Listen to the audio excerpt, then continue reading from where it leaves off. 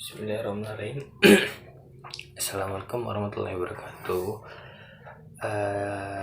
Sebelumnya izin diri, nama saya Muhammad Arifin Ilham dengan NPM 241303. Di sini saya akan mempresentasikan hasil dari observasi saya, yang dimana laporan hasil observasi ini saya lakukan di SMK di Kanatar.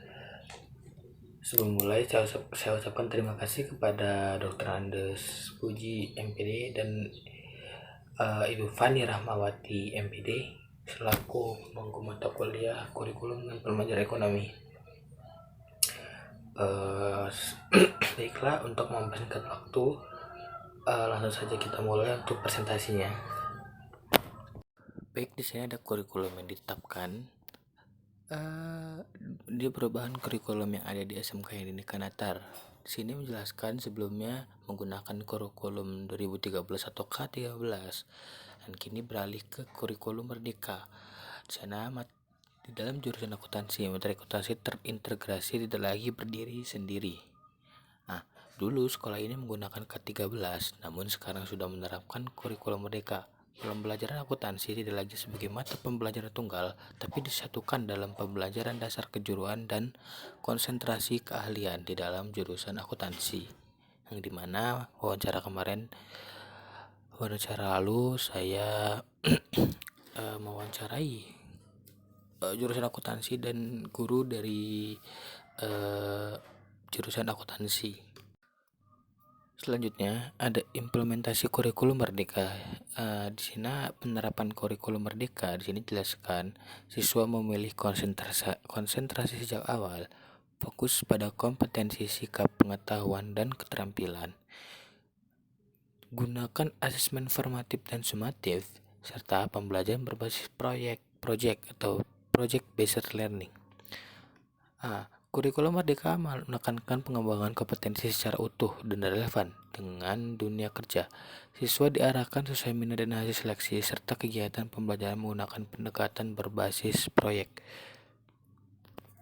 Selanjutnya, di sini ada metode pembelajaran atau modul pembelajaran digunakan. Di sini menggunakan metode problem based learning. Siswa menyelesaikan studi kasus nyata dan mengembangkan keterampilan berpikir kritis dan kolaborasi.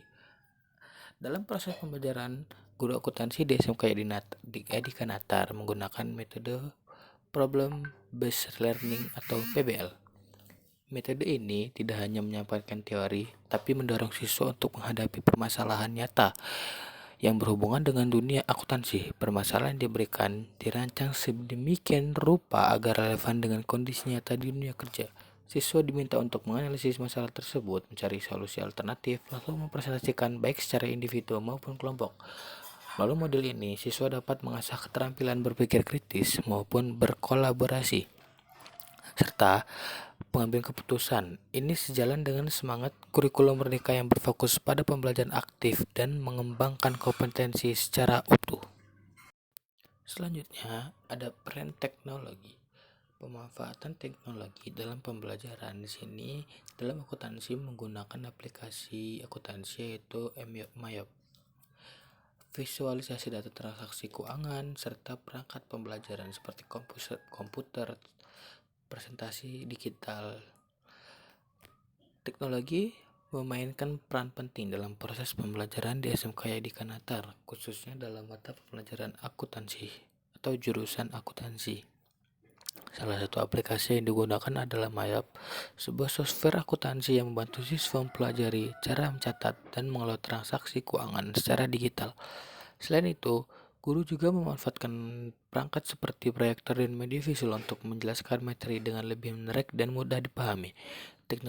Teknologi juga membantu siswa untuk memahami transaksi keuangan dalam skala besar, karena mereka dapat melihat visualisasi data dan melakukan perhitungan otomatis. Dengan demikian, siswa tidak hanya belajar teori tetapi juga mendapatkan keterampilan praktis yang dibutuhkan di dunia kerja yang serba digital saat ini. Selanjutnya ada pemahaman guru terhadap kurikulum. Sebagian besar guru sudah memahami kurikulum Merdeka. Guru sini sedikit kesulitan dalam penggunaan teknologi serta pelatihan dilakukan untuk mendukung adaptasi.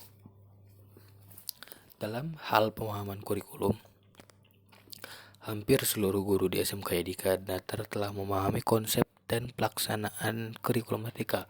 Namun ada beberapa guru share yang masih mengalami kesulitan dalam mengoperasikan teknologi modern seperti proyektor atau pembuatan video belajar.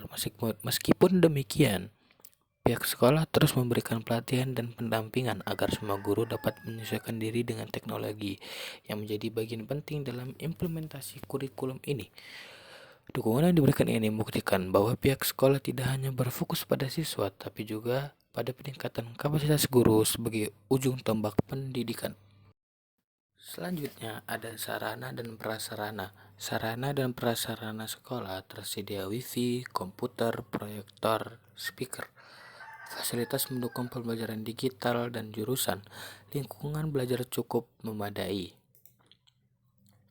Dalam hal sarana dan prasarana, SMK Yadika Natar cukup baik dalam mendukung pelaksanaan kurikulum merdeka. Setiap kelas telah dilengkapi dengan wifi, komputer, proyektor, dan speaker. Hari ini memungkinkan pembelajaran berbasis teknologi dapat berjalan dengan lancar. Selain itu, untuk mendukung jurusan-jurusan yang ada, sekolah juga menyediakan alat-alat praktik yang memadai.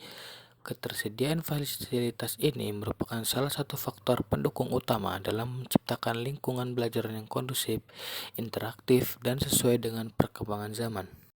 Selanjutnya ada solusi dan strategi sekolah atau langkah strategis sekolah. Pelatihan intensif guru, penggunaan modul ajar dari Kemendikbud, serta pendekatan diferensiasi sesuai kebutuhan siswa. Untuk menghadapi tantangan dan pelaksanaan kurikulum merdeka, pihak sekolah telah melakukan berbagai solusi strategis. Salah satu langkah penting adalah menyelenggarakan pelatihan intensif bagi guru. Pelatihan ini mencakup penggunaan teknologi pendidikan, aplikasi pembelajaran, serta desain pembelajaran digital.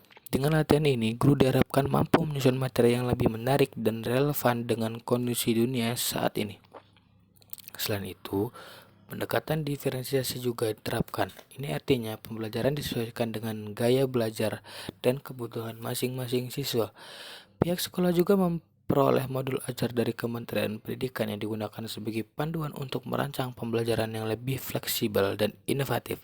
Semua langkah ini dilakukan agar siswa bisa belajar dengan nyaman dan maksimal.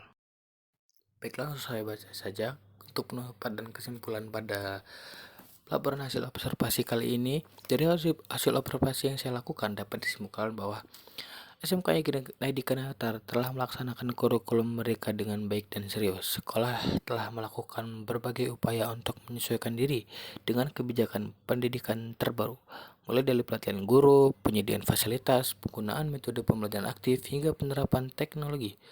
Pembelajaran berbasis proyek dan diferensiasi menjadi pengalaman belajar siswa lebih relevan dengan dunia kerja kebutuhan masa kini. Semoga praktik baik ini bisa terus berkembang dan menjadi inspirasi bagi sekolah-sekolah lainnya. Terima kasih atas perhatian Bapak atau Ibu. Wassalamualaikum warahmatullahi wabarakatuh.